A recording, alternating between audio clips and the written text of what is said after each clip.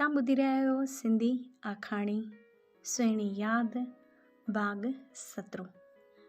हिन आखाणी खे अॻिते वधाइण खां अॻु में मां तव्हांखे हिकु प्यारी सी वेनिती कंदसि त हिन चैनल खे लाइक कयो, सब्सक्राइब कयो।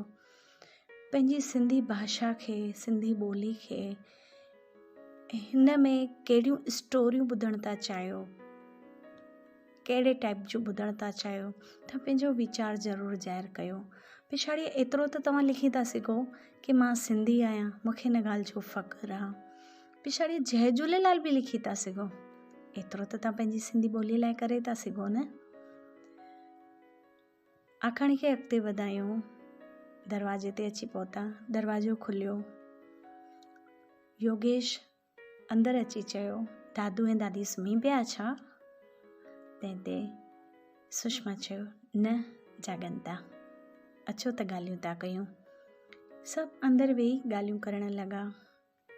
तंहिंते राजा चयो, मम्मी हाणे हली था सघनि त पाण बहिराणो थोरे टाइम खां पोइ घुराए ऐं लाल साईंअ जी जोति जॻाए था सघूं पिया।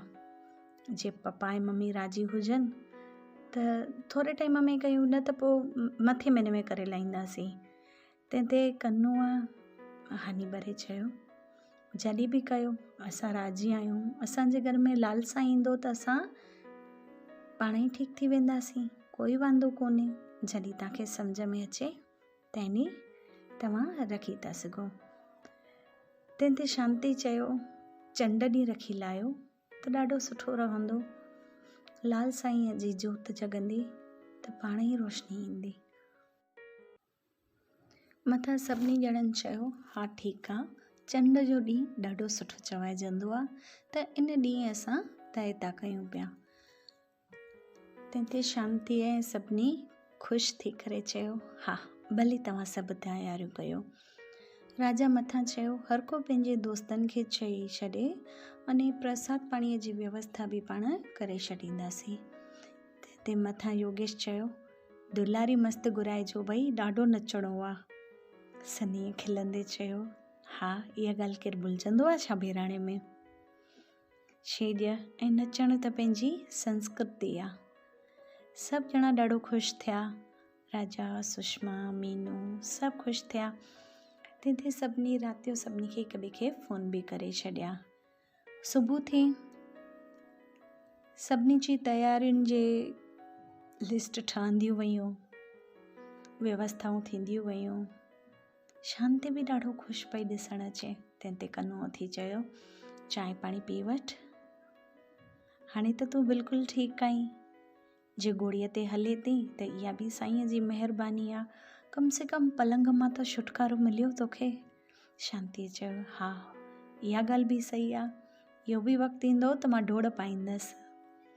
तंहिंते कन्नूअ खिली करे चयो, हा छो न, मां सॾु कंदमि अने तूं मुंहिंजे लाइ डुक पाईंदीअ, इहो बि तॾहिं ॾिसणो आहे न।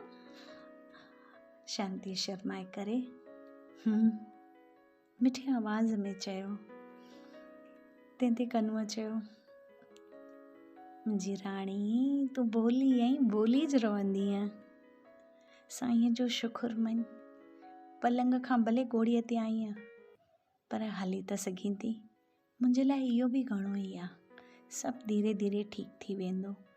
शांतीअ चयो, ही सभु तव्हांजे शेवाउनि जो नतीजो आहे। मुंहिंजा ॿार, तव्हां सभिनी मुंहिंजी ॾाढे सुठे दिलि सां सेवा कई आहे।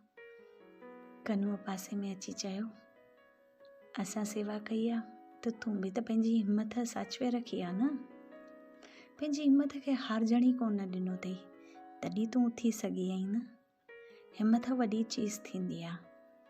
शांतीअ चयो, हा सही आहे, पर सभ खां वधीक त साईंअ जी महिर, जो हेॾे वॾे हादसे मां बि मां अॼु तव्हांजे अॻियां वेठी आहियां। अखियुनि मां पाणी निकितो। कन्नूअ अॻिते अची हथु पकड़े चयो, त तूं ख़ुशि थी न? पंहिंजी नेणनि खे आलो छो थी करी पई? मां तोसां गॾु आहियां न। शांतीअ जे वात मां कुझु बि न निकितो, सिर्फ़ु अखियूं नुमाए करे चयो, हा। बसि कनूअ इहो ॾिसी करे वापसि हिन जे गिल ते हथु रखी चयो, हर ॻाल्हि में तूं राज़ी आहीं, ख़ुशि आहीं, तॾहिं त साईं तोसां गॾु आहे न। जे हमेशह शिकायतूं नाराज़गी कंदी हुजे हा त पंहिंजी ज़िंदगी में अहिड़ा ख़ुशी जा पल कॾहिं बि न अचंदा। रजा में राज़ी रहण त कोई तोखां सिखे।